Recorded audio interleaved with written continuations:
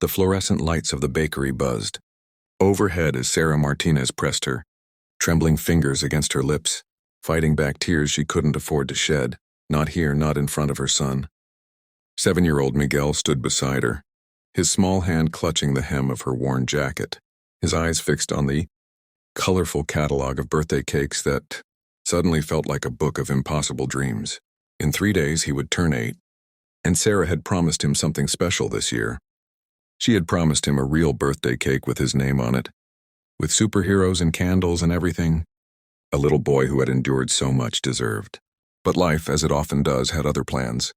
"I'm so sorry, baby," Sarah whispered, kneeling down to meet Miguel's eyes. Those beautiful brown eyes that looked so much like his father's, the father who had left them 2 years ago, without a backward glance. "Mommy has to cancel the cake order, but we'll make something at home, okay? It'll be even better because we'll make it together." Miguel nodded, but Sarah could see the disappointment flickering across his small face, quickly replaced by something worse, understanding. Her 8-year-old son was learning to lower his expectations, to expect less from life, and that knowledge shattered her heart into 1,000 pieces. The car had broken down that morning. The repair bill was $347. Without the car, she couldn't get to her job at the diner. Without the job, they couldn't eat. The choice wasn't really a choice at all. Behind the counter, the bakery clerk, a kind-faced woman named Rosa, processed the cancellation with sympathetic eyes. "I understand, honey," she said softly. "The deposit is non-refundable, but I'll put it as store credit. You can use it whenever you're ready. $45.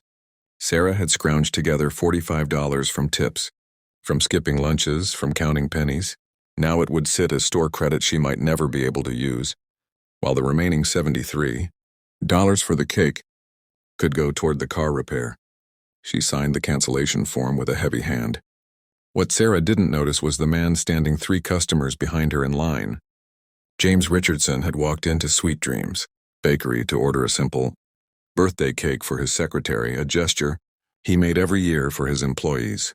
He was wearing what he always wore on Saturdays: jeans, a plain sweater, and a baseball cap pulled low. No designer labels, no flashy watch, nothing to indicate that Forbes had just ranked him as one of the 50 wealthiest entrepreneurs, under 40 in the country.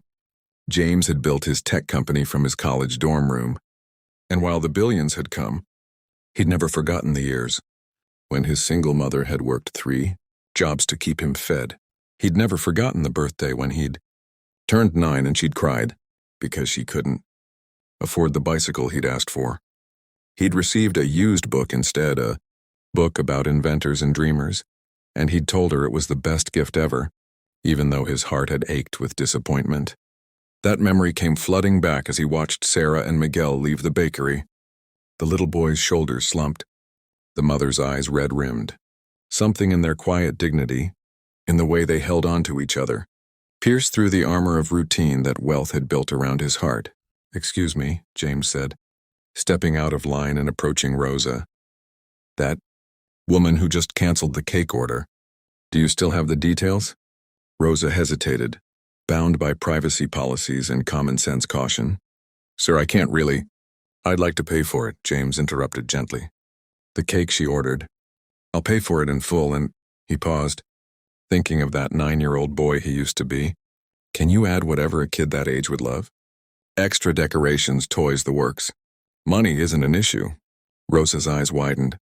"That's very generous, but I can't accept payment from you for someone else's order without their permission." James understood. He pulled out his wallet and extracted a business card, something he rarely carried anymore.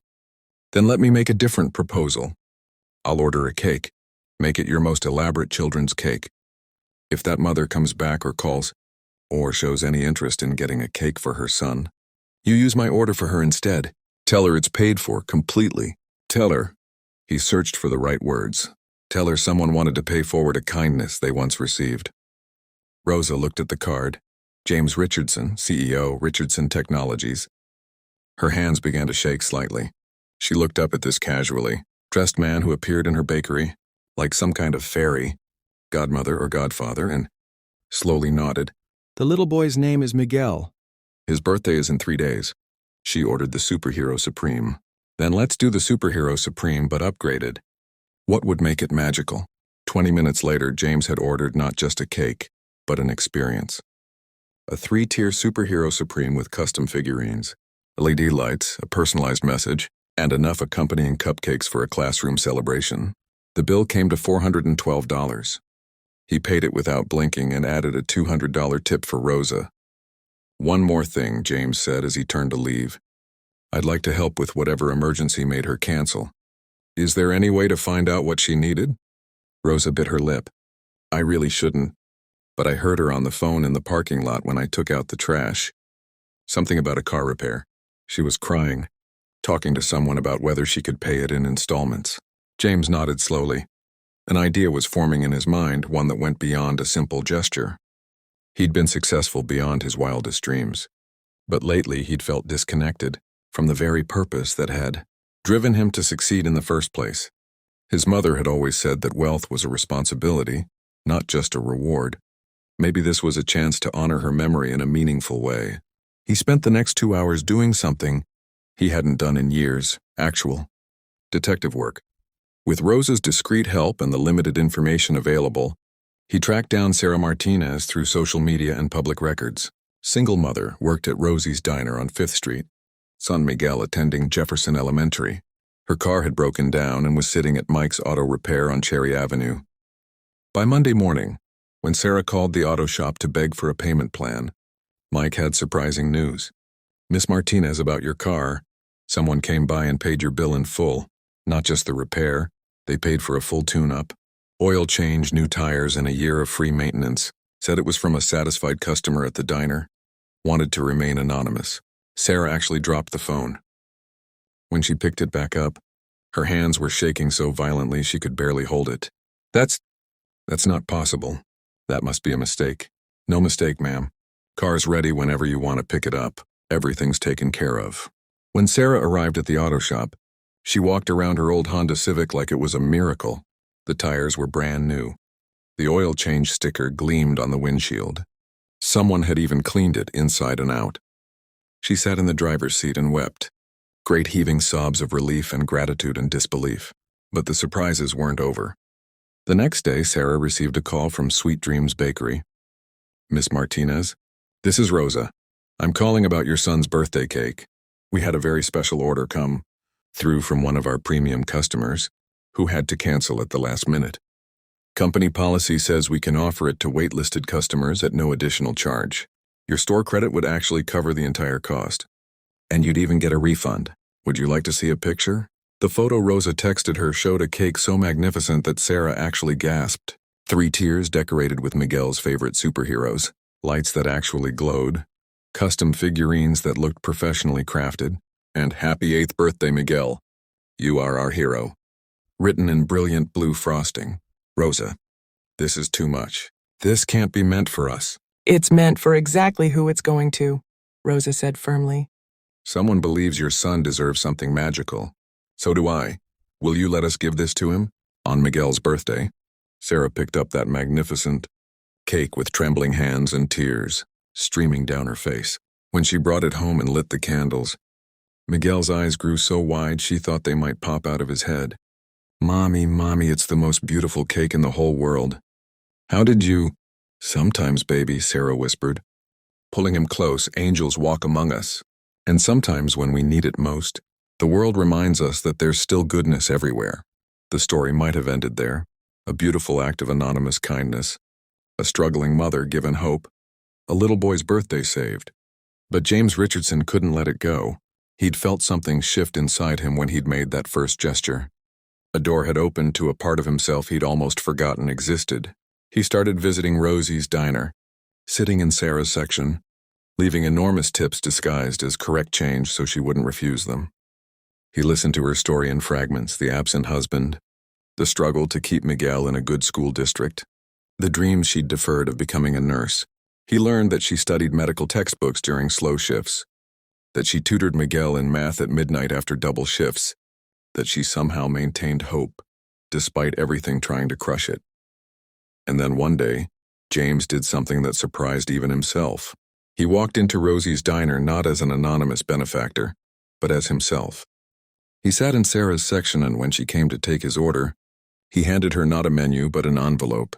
"Before you say anything," he said quietly, "this isn't charity. This is an investment. I've been looking for someone to manage the community outreach program for my company's new foundation. It requires organizational skills, empathy, dedication, and understanding of what struggling families need. The job comes with full benefits, including health insurance and tuition assistance. The pay is $75,000 a year to start. I'd like you to consider applying." Sarah stared at him, recognition slowly dawning. You're the cake man. The car man. Rosa described you. I'm James Richardson, and I'm someone who remembers what it's like to watch your mother cry because she can't give you what you deserve. I'm someone whose mother once told him that we're all connected by invisible threads of kindness, and that the only way to honor the help we receive is to pass it forward. You didn't ask for help, Sarah. You just loved your son with everything you had. That's the kind of person I want leading this foundation. Sarah sank into the booth across from him. Professional boundaries forgotten. Why me? Why us? Because I watched you cancel that cake and you didn't make excuses. You didn't get angry. You just loved your son through the disappointment. Because when your car was fixed, you didn't question it. You accepted grace. Because I've been watching you study medical textbooks and help your son with homework and smile at customers, even when you're exhausted. You're not looking for a handout, Sarah. You're looking for a hand up. There's a difference, and I recognize it. The job was real. The offer was genuine. And 3 months later, Sarah Martinez became the director of the Richardson Foundation's Community Support Initiative. She helped design programs that provided emergency assistance to struggling medical bills and offered job training. Miguel thrived in his new stability. But more than that, he learned something profound from watching his mother's journey. He learned that kindness ripples outward in ways we can't predict. That sometimes our darkest moments are doorways to transformation. That angels do walk among us wearing jeans and baseball caps, carrying business cards and open hearts. Years later, when Miguel graduated from high school with a full scholarship, he gave a speech that brought tears to every eye in the auditorium. "When I was 8 years old," he said, "my mom had to cancel my birthday cake. I thought it was the worst day of my life.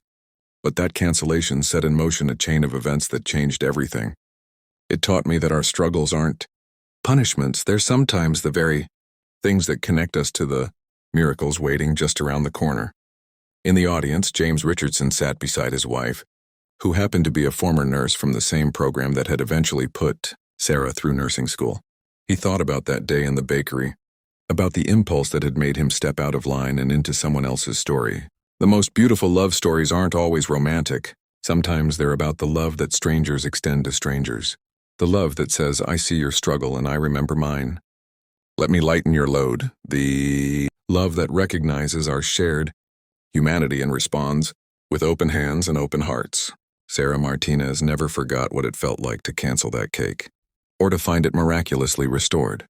She never forgot the feeling of driving a car that ran smoothly, of accepting a job that changed her family's trajectory. And she spent the rest of her career making sure that other struggling mothers, other disappointed children, other families hanging by a thread, received the same grace that had been extended to her.